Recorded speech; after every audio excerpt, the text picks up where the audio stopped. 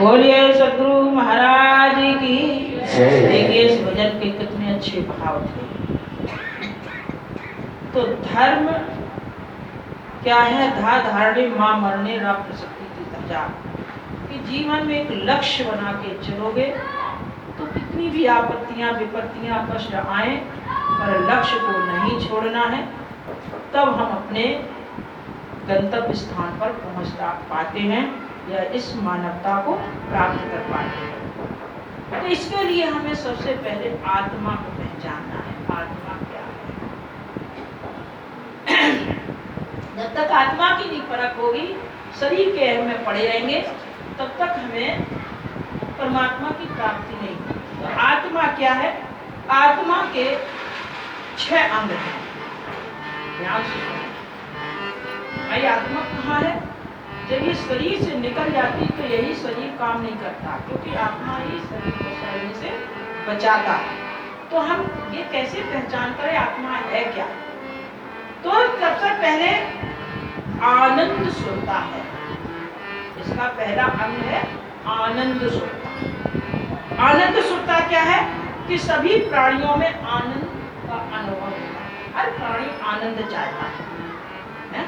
जैसे बैठे हैं, पैर थक गए, खड़े हो गए, आनंद की अनुभूति करते हैं। हर प्राणी आनंद की अनुभूति करता है। तो ये पहली सुरता का अंग है। दूसरी है चमक सुरता।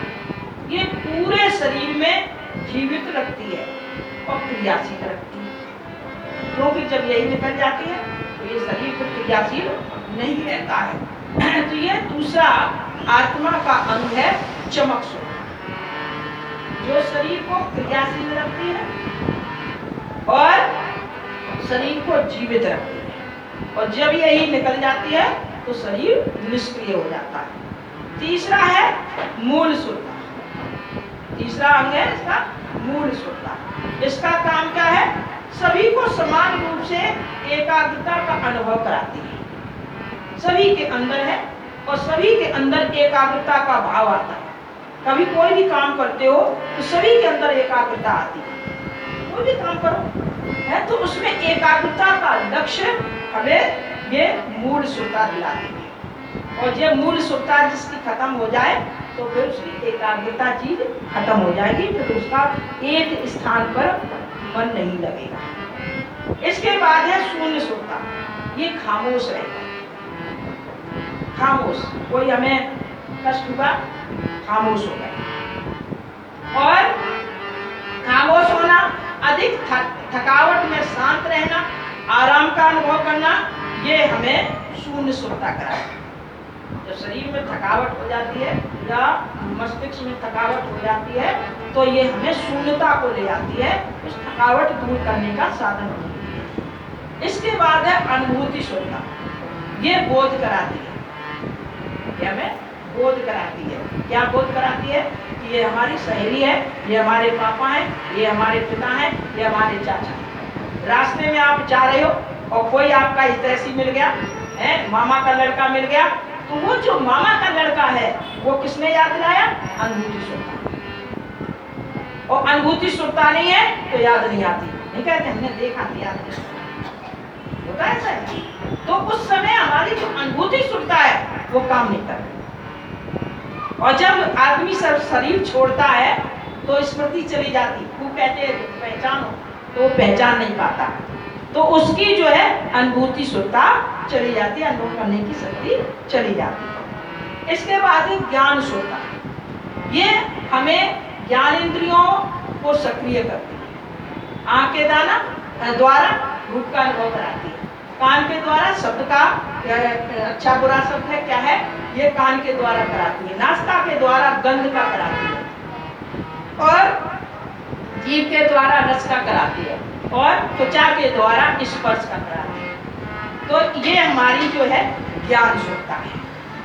ये इसके बाद है ध्यान सुरता, ये अध्यात्म ज्ञान की बात है। तो ये देखिए ये सुरता के अंग हैं। अब ये सातों अंग जरूरी नहीं सबके अंदर हो। जैसे बहुत सा जीवन निकल जाता है, लोग अध्यात्म की ओर मुड़ते नहीं।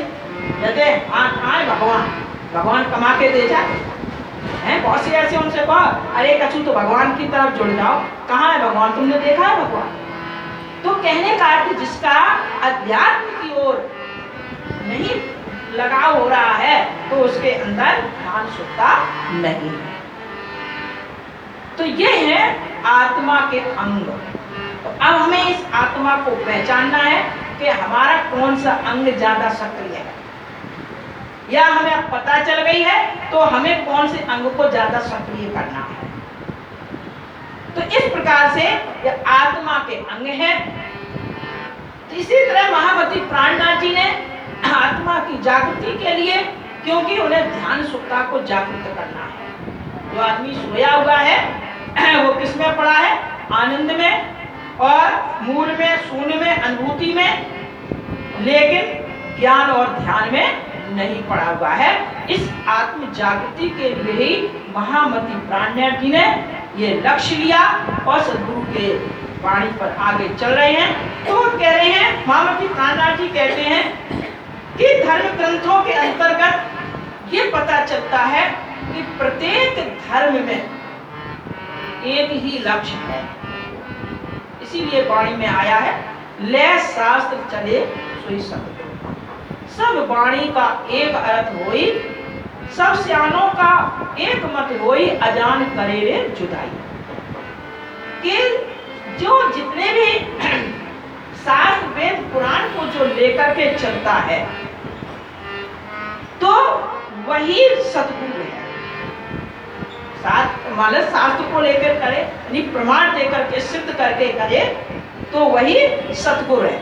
और जितने भी धर्म शास्त्र पुराण है सबों में एक ही लक्ष्य लिखा है, परमात्मा की प्राप्ति करो, झूठ मत बोलो, सत्य बोलो, सेवा करो, दीन दुखियों की सेवा करो।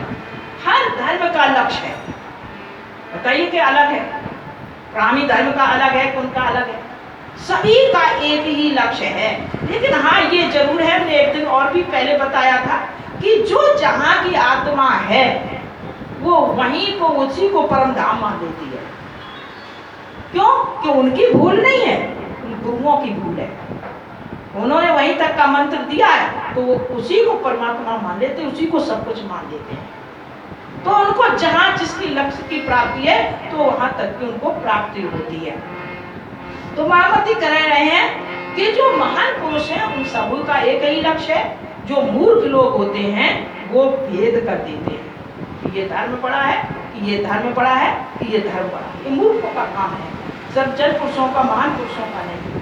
तो ऐसा सोच करके कह रहे हैं कि पूर्ण ब्रह्म परमात्मा का जो भिन्न भिन्न नामों से जाना जाता है, परमात्मा तो एक ही है लेकिन भिन्न भिन्न रूपों से जाना जाता है। और उस भिन्न भिन्न रूपों से भिन्न भिन्न शब्दावली बना ली है कि कोई उसको ईसा मसीह कह रहा, कोई उसको खुदा कह रहा, कोई भगवान कह रहा, कोई गॉड कह रहा। तो ऐसी उन्होंने शब्दावली बना ली है। तो महामती प्राणनाथ जी उस खोज के लिए वीरता से निकल पड़े। अब कहाँ आगे बढ़ते हैं?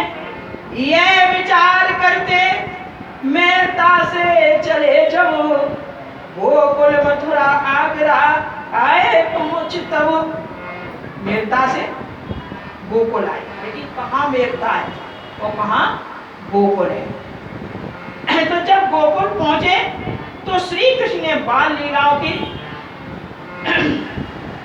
500 सुंदर साथ उनके साथ में जमात चल रही, 500 लोगों की। यानी अगर 10 लोग आ जाए तो आपत्ति दिख जाएगी है? उनके साथ तो 500 लोग सुंदर साथ चल रहे हैं। 500 सुंदर साथ के साथ वायुराज महारानी के साथ और भी महिलाएं हैं। गोकुल लीला गोकुल आने से पहले ही लिखी, आने तो वो बाद में, लेकिन उन्होंने लीला पहले ही गोकुल की लिख दी थी। जब सूरत में थे तो कलश ग्रंथ प्रकरण है गोकुल जमुना तट भला पूरा 42 पास। जो गोकुल है वो 42 गांव का समूह है। उस गोकुल में 42 गांव का समूह है, क्योंकि कृष्ण लीला में प्राणनाथ जी ने इंद्रावती सती के रूप में ये कृष्ण ही तो थे, हैं? अब वो इंद्रावती के रूप में ये जागनी में कर रही, ब्रज में उन्होंने कृष्ण के रूप में की, लेकिन आज वो जागनी के रूप में इंद्रावती प्राणनाथ जी हैं। पूर्व अनुभव के द्वारा प्राणनाथ जी ने सुंदर सात चौपाइयों में गोकुल गांव का वर्णन किया, पूर्व अनुभव के द्वारा, क्योंकि जो पहले का स्वरूप उन्हें ब्रज का याद आया है, तो उस आधार पर उन्होंने वर्णन किया। तब गोकुल में जब आए हैं तो गोकुलवासी इस परिवर्तन भगवान के स्वरूप को सुनकर के बड़े आश्चर्य में पड़ गए, क्योंकि वो तो केवल विष्णु लोक की कृष्ण को ही जानते थे, हैं? तो जब उन्होंने तथा कृष्ण का वर्णन किया तो जो गोकुलवासी हैं वो बड़े आश्चर्य में पड़ गए कि ये कैसा वर्णन कर रहे हैं, तीन पुरुषों को बता रहे हैं।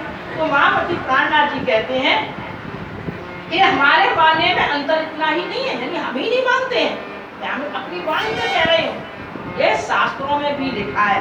कह रहे हैं कि वेद व्यास ने भागवत में लिखा है, वसुदेव ग्रहे साक्षात भगवान पुरुषापरा ये चांसु कला पुरुषा कृष्णस्तु भगवान स्वयं। कह रहे हैं कि भागवत में भी लिखा है कि वसुदेव के घर में जब भगवान ने अवतार लिया है तो वो प्रधान पुरुषा परा अभ्यस कभी न नष्ट होने वाला पूर्ण ब्रह्म परमात्मा ने अवतार लिया है। और दूसरे कह रहे हैं कि जब कृष्ण ने नान को नाथा और कृष्ण ने ब्रह्मा ने कृष्ण की बाल लीलाओं को देखा बाल लीलाओं को, कि एक बार ब्रह्मा जी ने देखा कि जब गर्भ में आए, जब पृथ्वी में पाप बढ़ा तब स्तुति करने आए देवताओं के से कि आप अवतार लीजिए, और जब गर्भ में आए तब स्तुति करने आए। अब सोच रहे हैं कि ब्रज में पहुंच गए हैं तो अब हम ब्रज में जाकर के देखें तो वो ब्रह्म क्या कर रहा है। तो जब ब्रह्मा जी वहां पहुंचे तो ब्रह्मा जी ने क्या देखा कि कृष्ण जो है ग्वाल वालों का गोला बनाए हुए हैं और बीच में बलराम और कृष्ण बैठे हुए और सभी अपना अपना खाना टिफिन खोले बैठे। और पहले टिफिन नहीं चलती, कपड़े में बांध दिया जाता है, सब खोले बैठे। तो अब जो है जैसे वो खोल के बैठे हैं तो अब कन्हैया कह रही है, क्यों है तू क्या लेके आयो, तू छाछ लायो, ला मुझे कुछ छाछ, अरे तू टेटी बचा ला, मैं तू मुझको। तो वही खाते जा रहे, अपने हाथ से देते जा रहे सब ग्वाल वाले, और कन्हैया और बलराम बड़े हंस के खाते जा रहे, खुश हो रहे हैं।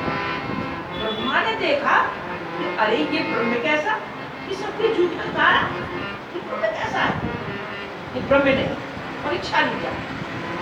तो परीक्षा के लिए ब्रह्मा ने क्या किया कि सब लोग खाना खा ही रहे थे, तो गायें जो है आगे बढ़ गई। जब खाना खा के देखा गाय बढ़ गई तो ब्रह्मा ने गायों को अपनी योग माया से सब छीन ले गए ब्रह्मलोक में। जब खाना खा चुके तो कृष्ण से कन्हैया सारे ग्वाल बाल बोले, कन्हैया तू ही दौड़ के जा और गायों को हाँक ला, क्योंकि तुझ में कला है, ये आवाज लगाएगा सब गायें आ जाएंगी। दूसरा भाग, जब ग्रुप होता है तो छोटे को ज्यादा परेशान किया जाता है, बच्चे भी होते हैं, जब वहाँ जो छोटा होगा वही से ज्यादा काम कराया जाएगा। तो कृष्ण छोटे थे सबसे, छोटी छोटी नैया, छोटे छोटे ग्वाल, तो छोटे थे तो कन्हैया से कहा जा हाँक ला। कन्हैया जब हाँकने गए तो इधर ग्वाल वाला अकेले बचे, तो ब्रह्मा ने आकर के ग्वाल वालों को सबको ले गए। अब जब इधर आए तो इधर ग्वाल नहीं, उधर गए गायें ने। कृष्ण ने अपनी आत्मदृष्टि से देखा, अरे ये तो ब्रह्मा का खेल है, मेरी परीक्षा लेना। उन्होंने क्या किया, जैसी की तैसी गायें, वैसी की वैसे ग्वाल वाल, जो पे क्यों, क्योंकि कृष्ण में 16 कलाएं, राम में 12 कलाएं, कृष्ण में 4 कलाएं, कौन सी ज्यादा थी? एक तो अनेक रूप बना लेना, ये कला थी राम में नहीं थी। अनेक रूप बना लेना। दूसरी कला बढ़ जाना, शरीर को बढ़ा लेना, ये एक कला। और तीसरी कला मोहिनी की कला, मोह लेती मोहिनी की कला नाम है। और चौथी कला अदृश्य होने की। 4 कलाएं कृष्ण में ज्यादा थी राम से, इसलिए उनको 12 कला कहा जाता है और कृष्ण को 16 कला अवतारी कहा जाता है। तो भगवान ने जो कि जो जैसे के तैसे सारे रूप बना लिए, और संध्या के समय जैसी रोज लीला होती थी वैसी भगवान ब्रज में घुसे, और जैसी ब्रज में घुसे तो आज बछड़े भी गाय के लिए बड़े लालायित हो रहे हैं, और ग्वाल वाली के लिए जो गोपी हैं वो भी बड़ी लालायित, बड़े जैसे ऐसा लग रहा कि बहुत दिनों में मिले। तो इस प्रकार से लीला होती रही। बलराम ने जब उन ग्वाल वालों को, बछड़ों को गायों से मिलते देखा तब समझ गए कुछ कन्हैया की लीला है। बलराम को पता कन्हैया की लीला है। इस प्रकार से 1 साल तक लीला चली। इधर जब 1 वर्ष हो गया, ब्रह्मा जी ने देखा कि देखे जब गांव में एक बच्चा परिवार का खो जाए तो आफत हो जाती है, या तो पूरे ब्रजवासी और पूरी गाय हो गई और कोई खबर ही कर नहीं है, देखे क्या है। तो जैसी गए तो देखेगा वही उनकी स्थिति है, वैसी ग्वाल वाल बैठे खा रहे हैं, तो हरण कर लगे वैसी ग्वाल वाल बैठे। ऐसा तो नहीं है हम इधर आए हो, कन्हैया ने अपनी कला से बुला लिया। देखे फिर ब्रह्मा जी ब्रह्मलोक में गए, जो के तो अचेत अवस्था में पड़े, फिर आए, फिर यहाँ जो के तो, यानी वह पूरे दिन बार-बार ब्रह्मलोक में जाए फिर आए। जब बार-बार थक गए, पूरा दिन हो गया, जब थकावट हो गई तब समझ गए कि ये कोई साधारण नहीं है, ये तो पूर्ण ब्रह्म परमात्मा है। आकर के प्रणाम किया, बोले प्रभु हमें क्षमा कर दो, क्षमा कर दो, हमें आपके कण प्रसाद चाहिए। भगवान ने कहा ग्वाल वालों से कि देखो तुम लोग बिल्कुल नहीं छोड़ोगे, पत्तलों में बिल्कुल नहीं छोड़ोगे। वे कौआ बढ़ गए कि हम पत्तल जैसी डालेंगे ग्वाल वाल, तो कन्हैया ने मना कर दिया, प्रसाद नहीं देंगे। तो उन्हें ग्वाल वालों पे सारा कर दिया, पत्तल में नहीं छोड़ोगे, इसलिए प्रसाद कभी भी छोड़ना नहीं चाहिए। छोड़ा लो पर छोड़ना नहीं चाहिए। तो कौआ बने, नहीं मिला प्रसाद। फिर सोचा कि अब ये ग्वाल वाल जमुना में कुल्ला करेंगे, तो मछली बन गए। भगवान ने कहा कोई भी कुल्ला नहीं करेगा, कोई भी कुल्ला नहीं करेगा। अंत में आकर के चरणों में गिरे, क्षमा याचना मांगी। तो यहाँ कहा है, भगवान की वंदना कर रहे हैं ब्रह्मा जी। अहो भाग्यो बहो भाग्यम नंद गोप कशाम यन मित्र परमानंद पूर्ण ब्रह्म सनातनम। कहते हैं कि भगवान गीता में एवं भागवत में पूर्ण ब्रह्म का वर्णन नहीं है, अक्षर ब्रह्म का वर्णन है। अब बताइए इस भागवत के श्लोक में तो कहते हैं कि अरे ब्रजवासियों ग्वाल वालों तुम बड़े भाग्यशाली हो, जो तुम्हारे साथ ये जो ब्रह्म है तो बालक बन के तुम्हारे साथ खेल रहा है, और तुम बड़े भाग्यशाली। इस प्रकार से जब ब्रह्मा ने वंदना की तो इस कथा से हमें संदेश लेना है कि भक्तों अपने से बड़ों की कभी भी परीक्षा मत करो। ये ना सोचो कि हमसे बड़ा है, हम इससे ज्यादा समझदार हैं, ज्यादा विद्वान हैं, ज्यादा ज्ञानी हैं और ज्यादा धनवान हैं और हम इनकी परीक्षा लें। कभी भी अपने से बड़ों की परीक्षा नहीं लो, नहीं ब्रह्मा की तरह तो पछताना पड़ेगा। इससे हमें ये ज्ञान प्राप्त करना है। इसके बाद क्या हुआ कि भगवान कृष्ण की वो बाल लीला याद आई। कौन सी? कि एक बार कृष्ण जो है छोटे के स्वरूप में है, क्योंकि हम आपको बालक को देख के याद आ जाते। तो महामती प्राणनाथ जी गोकुल में गए तो बाल स्वरूप ने याद आया कि हम बचपन में क्या क्या लीलाएं की, वो स्वरूप याद आया। जैसे हम अपनी जन्मभूमि में जाए तो जन्मभूमि देख के याद आएगी है कि हम ऐसे यहाँ कमरे में रहते थे या पड़ोस में खेलते थे, तो ऐसे आज उनको स्मरण हो रहा है। तो क्या देखा कि छोटे से थे और मचल रहे थे। बच्चा जब कोई चीज पे मचल जाता है वही चीज लेके रहेंगे। तो जब मचल रहे थे तो कहीं खाने को मांग रहे हैं कि हमें दूध चाहिए, दही चाहिए, कहीं कह रहे हैं हमें चंदा खेलने को ले चाहिए, कहीं हमें लेटने के लिए रजाई चाहिए और गद्दा चाहिए, तकिया चाहिए, ओढ़ने के लिए रजाई चाहिए। और काहे फिर अंत में बाल बुद्धि कह रहे हमें कुछ ज्यादा नहीं चाहिए, हमें लुगाई चाहिए, हमें लुगाई चाहिए। तो इस प्रकार से सुन करके जो ललिता सखी है वो गान कर रही है। क्या गान कर रही है? मैं मधुबन कैसे जाऊंगी, मेरा रोवे कृष्ण कन्हैया। मैं मधुबन कैसे जाऊंगी, मेरा रोवे कृष्ण कन्हैया। मैं मधुबन कैसे जाऊंगी, रोवे कृष्ण कन्हैया। मधुबन कैसे जाऊंगी, मेरा रोवे कृष्ण कन्हैया। कावे को मांगे माखन मिश्री और मांगे दतिया। कावे को मांगे माखन मिश्री और मांगे दतिया। मैं दतिया कहाँ से लाऊंगी, रोवे कृष्ण कन्हैया। मैं दतिया कहाँ से लाऊंगी, रोवे कृष्ण कन्हैया। मीठी मीठी ताली बजाते हुए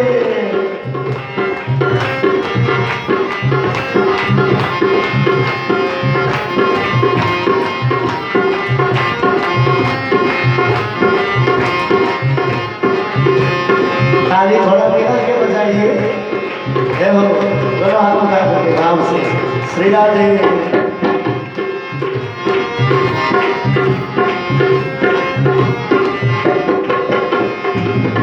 कुमारी पानी पप्पा सैया। कुमारी पानी पप्पा और मांगी सैया। मैं लस्सी का से लाऊंगी, रोवे कृष्ण कन्हैया। मैं लस्सी का से लाऊंगी, रोवे कृष्ण कन्हैया। श्री राधे।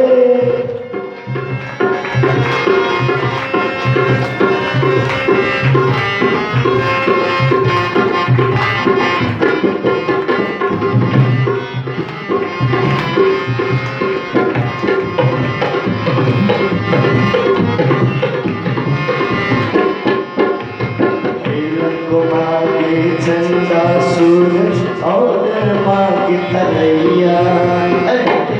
कुमारी चंदा सूरज और मांगी तरैया। मैं तरैया कहाँ से लाऊंगी, रोवे कृष्ण कन्हैया। मैं तरैया कहाँ से लाऊंगी, रोवे कृष्ण कन्हैया।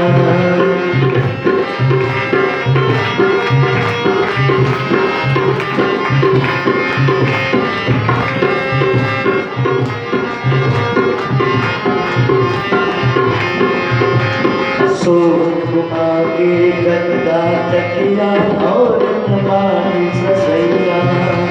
सोन कुमारी गद्दा तकिया और मांगी रजैया। मैं रजैया कहाँ से, मैं रजैया कहाँ से लाऊंगी, रोवे कृष्ण कन्हैया। मैं रजैया कहाँ से लाऊंगी, रोवे कृष्ण कन्हैया। मीठी मीठी ताली बजाते हुए झूमते हुए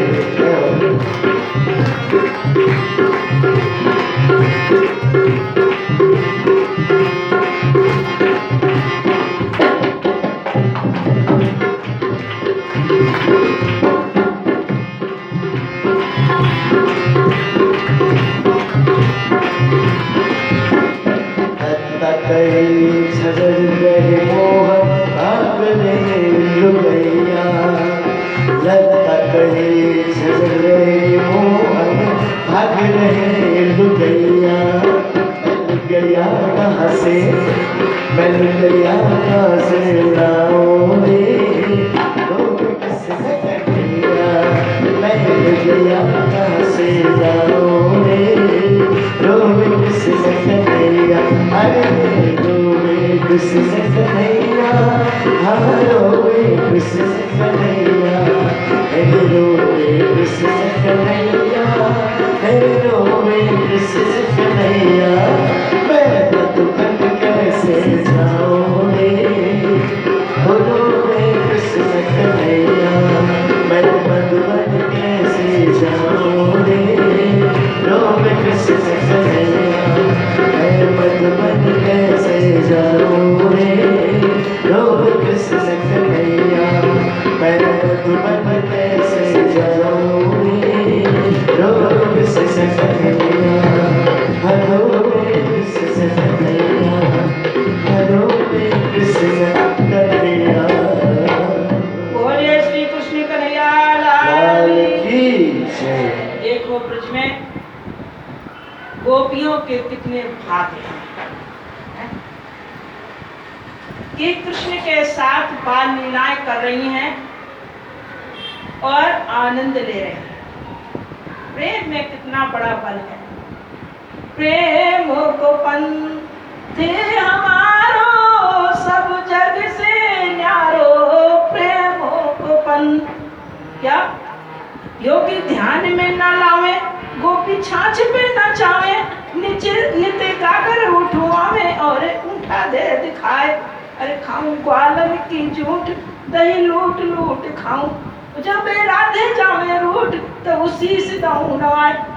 ये ब्रज का प्रेम है। अरे ब्रज बने तने को नाम प्यारो, ब्रज बने तने को नाम प्यारो, कहे मुस्कनुआ कारो कारो, प्रेम को पंथ हमारो सब जग से यारो, प्रेम को पंथ। कोई कहे मुसु अलख, कोई वेद को अच्युत, कोई ब्रह्म को तत्व, कोई साकार निराकार, कोई जसुदा को छैया, कोई नाम को नथैया, कोई चीर को चुरैया, ऐसे नाम लिए धार। अरे ब्रज बने तने को ऋणी रहूं, ब्रज बने तने को नाम प्यारो, कहे मुस्कनुआ कारो कारो, प्रेम को पंथ हमारो सब जग से न्यारो, प्रेम को पंथ। ये जो प्रेम का पंथ है, ये प्रेम में गोपियां कैसे उस पूर्ण ब्रह्म परमात्मा को नचा रही हैं। तो भगवान कहते हैं गीता में, ना हम वेदैना तपसा नादानेन वेजया भक्त्या त्वतु अन्यः सत्या अहम एव विदो अर्जुना। के अर्जुन, मैं ना तो वेदों के अध्ययन से प्राप्त होता हूँ। देखिए ये शास्त्र कह रहे हैं, अपना जो धर्म है शास्त्र को लेके चला है। तो कह रहे हैं ना तो मैं, आप वेद शास्त्र पुराणों का अध्ययन कर डालिए, खूब रट डालिए, कंठस्थ हो जाएं, पर उससे मैं प्राप्त नहीं होता हूँ। ना तपसा, ना तपस्या से होता हूँ, और दाने ना दान से, ना चेज्या, ना यज्ञ आदि करने से। कैसे होता हूँ? भक्त्या तो अनन्या, जो अनन्य भाव से जो मेरी भक्ति करता है, मैं ही सब कुछ हूँ, तेरे अलावा मेरा कोई नहीं है, इस प्रकार की जो भक्ति करता है उस पर मैं प्रसन्न होता हूँ। ये प्रेम की पराकाष्ठा है। तो परमात्मा प्रेम से मिलता है।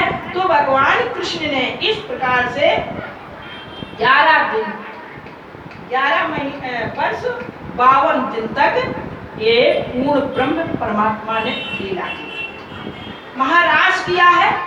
ये समय अब नहीं है रास महाराज सुनाने का, महाराज किया है। और महाराज के समय जब वार्तालाप हुआ कि प्रभु आप कैसे प्रेमी हो, हमने आपको सर्वस्व लौटा दिया और आप अंतर्ध्यान हो गए। तो अंतर्ध्यान क्यों हुए थे? कि उस अक्षर ब्रह्म की इच्छा पूर्ति के लिए दिखाने को, और गोपियों को विरह वो अक्षर ब्रह्म को विरह दिखाने के लिए और गोपियों को दुख दिखाने के लिए, दोनों को अनुभव हो जाए, इसलिए अंतर ध्यान हुए थे। अंतर ध्यान के बाद जब समक्ष में उपस्थित हुए, जब गोपियों ने गाया गोप गीत गाया, जय जयत ते अधिकम जन्म ना बजा, हे प्रभु आपके आने से ब्रज की जय जयकार हुई। आप जब नहीं अवतरित हुए थे इस ब्रज को कोई जानता नहीं था, इसलिए आपने हम लोगों को आगे बढ़ाया है। आप अब हमें मत छोड़ के जाइए। ये 19 श्लोकों का गीत है। इसके बाद जब भगवान कृष्ण ने वार्तालाप किया, उनके अंदर शेष बनी रही भावना कि आप तो कह रहे थे कि अक्षर ब्रह्मांड में जाके भूल जाओगी, तो मैं ब्रज में रही तो आपको नहीं भूली, हमेशा हर पल हर काम में तुम्हें चिंता करती रही, और जब रास में बंसी बजाई तो हम सब कुछ छोड़ के आपके पास आ गई, हम आपको नहीं भूली, मेरा सच्चा प्यार है। भगवान ने कही अबे इनको अहंकार है, दुख देखने की अभी तमन्ना है। तब उन्होंने काल ब्रह्मांड की रचना की। इसके बाद 11 दिन तक भगवान गोलोकी कृष्ण रहे, आवेश रहा। क्यों कि जो श्री दामा था गोलोक धाम में, तो श्री दामा ने एक बार राधा और कृष्ण में तकरार हुई। जब तकरार हुई तो उस तकरार के लिए क्या करे कि ये कृष्ण के पास जाए तो राधा की प्रशंसा करने लग जाए, तो कृष्ण को चिढ़ हो, और राधा के पास कृष्ण के पास जाए तो राधा के पास जाए तो कृष्ण की, तो चिढ़ा रहा, यानी कहने का दोनों के तकरार में वो मजा ले रहा था, आनंद ले रहा था। तो इस प्रकार से राधा को गुस्सा आ गया। गुस्सा में गुस्सा ज्यादा आती है, कोई चिढ़ाए तो और गुस्सा आती है, तो उन्हें गुस्सा आ गई और उन्हें श्राप दे दिया कि जा तू मृत्यु लोक में पहुंच जा। तो वह राक्षस बना जिसका नाम था शंखचूड़, और तो उसने श्री दामा ने श्राप दिया कि हमने आपके कोई भाव से नहीं, हम तो केवल आप लोगों को मनोरंजन करने के लिए कर रहा था, ना कि द्वेष भाव से, मनोरंजन के लिए ऐसा कर रहा था। तो मैं भी तुम्हें श्राप देता हूँ कि 100 वर्ष तक वियोग में रहोगे। तो वही शंखचूड़ बना है, और भगवान कृष्ण ने रास किया है गोपियों के साथ अगहन के महीने पंचमी से। तो ये वेद ऋचाओं के साथ रास हुआ है, और वहीं से शंखचूड़ का वध किया है, क्योंकि गोलोक का था, तो गोलोकी ही कृष्ण उसका वध कर सकते थे, ब्रह्म नहीं और विष्णु लोकी। इसके बाद मथुरा में आए। जब मथुरा में आए हैं तो कंस भी पूर्व जन्म में कालनेमी था, कालनेमी था। जब समुद्र मंथन हुआ, समुद्र मंथन के समय विष्णु ने काली ने इनको मार दिया, तो शुक्राचार्य इसके गुरु थे, शुक्राचार्य ने अपनी संजीवनी बूटी से जीवित कर दिया। तब इसने तपस्या की है ब्रह्मा की, और ब्रह्मा ने प्रसन्न होकर के वरदान दिया। इसने कहा हमें कोई देवता ना मार सके, कोई देवता ना मार सके, तो इसलिए वो गोलोक का था। तो गोलोक की कृष्ण देवता विष्णु देवता में आते हैं, तो विष्णु उसका वध नहीं कर सकते थे, इसलिए कृष्ण आकर के मथुरा में कंस का वध किया और वसुदेव देवकी को जेल से छुड़ाया और उग्रसेन का उसने राज तिलक किया। इसके बाद वो स्वरूप चला गया। फिर कौन सा आया है? विष्णु लोकी। विष्णु लोकी का आवेश आया है, प्रकाश ग्रंथ में आया है। आए जरासंध मथुरा घेरी सही, तब कृष्ण जी को अति चिंता भई। जब मथुरा घेर ली जरासंध ने, तो कृष्ण को बड़ी चिंता हुई। क्यों आई चिंता? कि वो आवेश जा चुका था, गोलोकी कृष्ण का आवेश जा चुका था। यूं याद करते आया विचार, तब कृष्ण विष्णु में भय निर्धार। जब ये विचार आया तब वो विष्णु स्वरूप जो शंख चक्र गदा और पद्म है, ये 4 आयुध और रथ आया है। तब उन्होंने जरासंध के साथ युद्ध किया। तो इस प्रकार से 20 साल तो मथुरा में रहे हैं और 100 वर्ष द्वारका में रहे हैं। इस प्रकार से कृष्ण का 125 साल की आयु मानी है। 125 साल के लगभग का पंचभौतिक शरीर रहा। इसके बाद वैकुंठ की सारी शक्तियों को मानकर जरासंध से, यानी जो विष्णु लोकी कृष्ण ने अपनी वो शक्तियां ला करके जरासंध से युद्ध किया और जरासंध का वध नहीं किया, क्योंकि जरासंध का जब 17 बार चढ़ाई की और 17 बार चढ़ाई के बाद 18वें बार वो काल यवन को लेके आया। तो काल यवन को राक्षस मार नहीं सके, वो यदुवंशी मार नहीं सकते थे। ये रहस्य केवल नारद मुनि को पता था और किसी को पता नहीं था। नारद मुनि को पता था, तो नारद मुनि ने जाकर जरासंध से कहा कि तुम काल यवन के आगे करके ले जाओ तो कृष्ण युद्ध नहीं करेगा और तुम्हारी जीत हो जाएगी। इसलिए जब काल यवन आया है तो काल यवन को देख करके कृष्ण और बलराम भागे हैं और द्वारका ग्वालियर के पास एक गुफा है, वहां आके घुस गए हैं। वहां जो है मुचकुंद, मानदाता के पुत्र मुचकुंद सो रहे थे, क्योंकि देवताओं की तरफ से युद्ध किया था, राक्षसों का वध किया था, तो जीत गए थे योद्धा। तो उन्होंने वरदान दिया था देवताओं ने कि जाओ तुम निद्रा होकर शयन करो, अगर कोई जगाएगा तो भस्म हो जाओ। तो वहां सो रहे थे, भगवान कृष्ण जानते थे। जैसे अंदर घुसे और घुस करके जैसे आए और ये पीछे से जरासंध पीछे पड़ा हुआ था। जब पीछे पड़ा हुआ था तो उन्होंने अपना पीताम्बर उड़ा दिया और भीतर घुस गए। जब भीतर घुसे तो उसने जरासंध को देखा, अरे ये तो कृष्ण सो रहा है, लात मारी, इसको भस्म हो गया। भस्म हो गया, कृष्ण निकले और निकल करके फिर इसने पीछा किया तो प्रवर्षण पर्वत पर चढ़ गए और प्रवर्षण पर्वत पर चढ़े, उसने आग लगवा दी। आग लगवाने के बाद कृष्ण जो है पहले से ही विश्व रूप से वो बनवा रखी थी द्वारकापुर, उसमें जाकर के कूद गए। तो भगवान कृष्ण की प्रत्येक लीला चिंतनी में इस कृष्ण से लीला से मिलता है। जो मथुरा है ये संसार है और जरासंध ये बुढ़ापा है और ये जो 17 बार चढ़ाई है हमारे बुढ़ापा की निशानी है। और जो प्रवर्षण जाके गुफा में घुसे तो ज्ञान प्रवेश, ज्ञान में घुसना, तो मुचकुंद ने उनको उस मृत्यु लोक के भय से बचाया।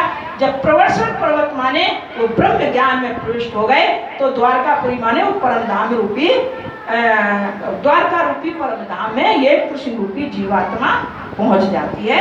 ये इसका सार है। इस प्रकार से ये त्रिधा कृष्ण का जब वर्णन किया तो गोकुल में सभी को बड़ा आश्चर्य हुआ।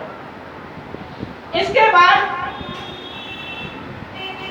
एक बार लक्ष्मी जी ध्यान कर रही थी, वो भगवान ध्यान कर रहे थे, तो लक्ष्मी जी ने पूछ दिया कि आप किसका ध्यान कर रहे हैं। तो जब ये बात कही तो भगवान कहने लगे कि ये मैं मुख से नहीं कह सकता हूँ, समय हो गया, मुख से नहीं कह सकता हूँ। जब तुम रुक्मिणी के रूप में आओगी और मैं तुम्हें हरण करके और द्वारका में लाऊंगा और जब वो मंगल गीत गाए जाएंगे उस समय तुम्हें इसका उत्तर मैं दूंगा, क्योंकि इस प्रेम की वाणी को शब्दों के द्वारा बखान नहीं किया जा सकता है। इस प्रकार से मथुरा से आगे श्री कृष्ण आगरा आए। अब यही कथा, क्योंकि समय हो गया, यही विराम देते हैं। तो मथुरा द्वारका लीला कर जाए पहुंचे विष्णु वैकुंठ है। यह भगवान कृष्ण ने तीनों प्रकार की लीला करके ये जो विष्णु है वैकुंठ धाम में पहुंच गए। इस प्रकार से अब भगवान कृष्ण इस ब्रज की लीला का स्मरण करते हुए आगे बढ़ते हैं। आगे आगे अब आगरा में विश्राम करेंगे, यहीं से फिर दिल्ली का प्रस्थान करेंगे और यहीं बाईजू राज महारानी का व्यवस्था करके जाएंगे। दिल्ली में उनको लेके नहीं जाते हैं। अब ये सब कथा आगे सुनाएंगे। बोलिए सद्गुरु महाराज की जय।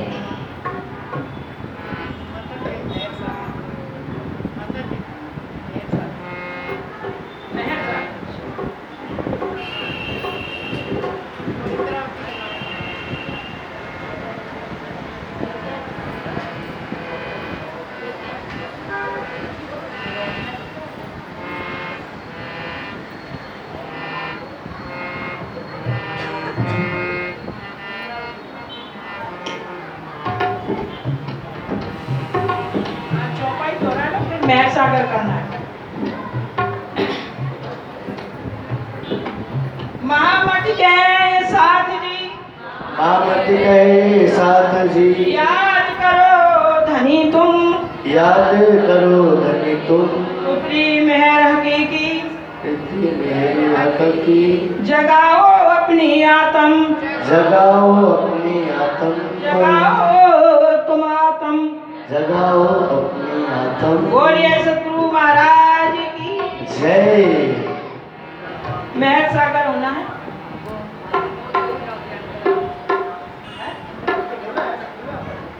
महर सागर होना है इंद्रावती के नाम से।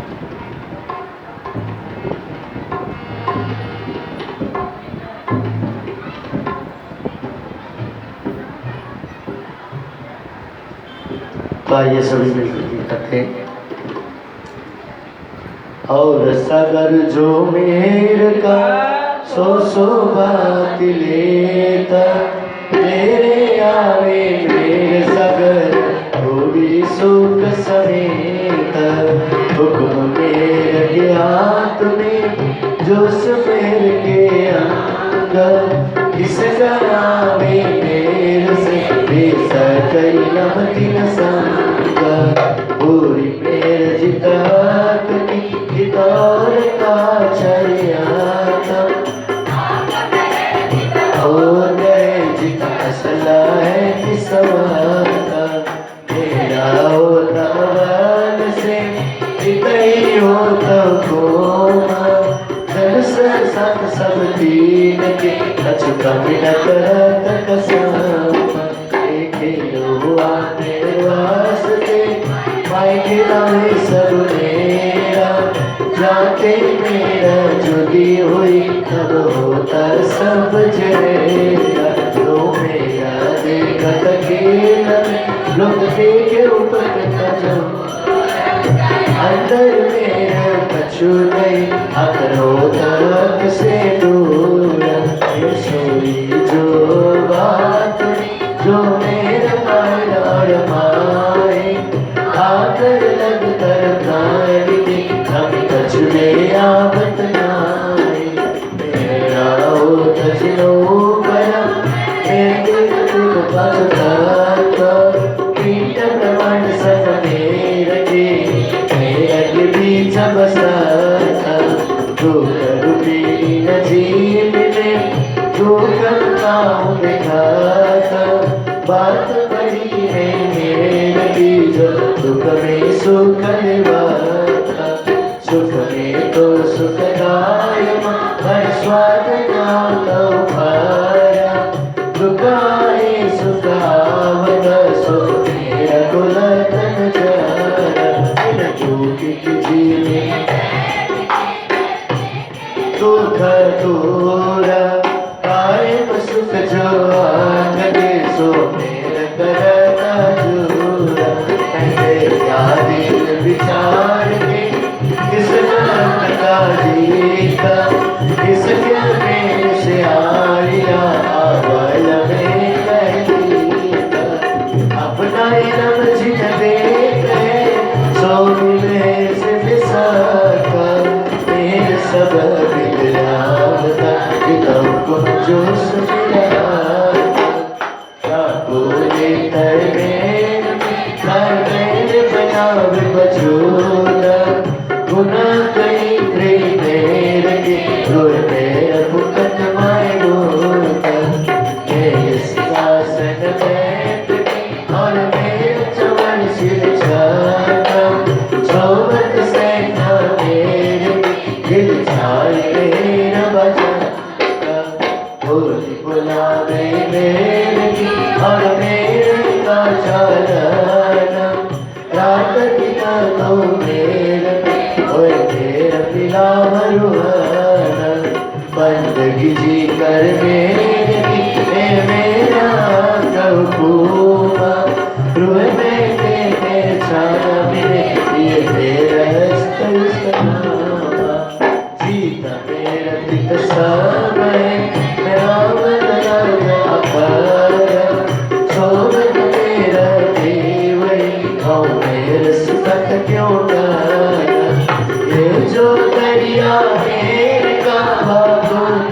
गाय गाता सब सुख देखता मेरा जीवन सारा तीसरा बुध दुनिया में आई मेरा खिलवाता दिन से सब कायम हुए मेरे जीवन गाता वर्णन करूँ मेरे की सुपना पहुँचाता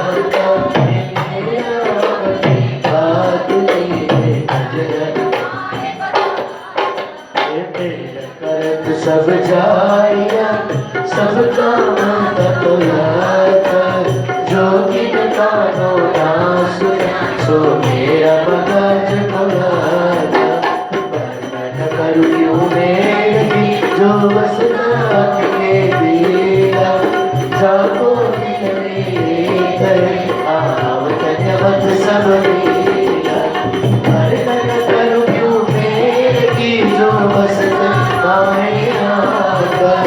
जाको दिवाजे भी आए तलाब बात बड़ी है मेरी जित मेरा गीत सामा निमकन छोड़े नजर से इन्हों पर काटो जहाँ पर नजर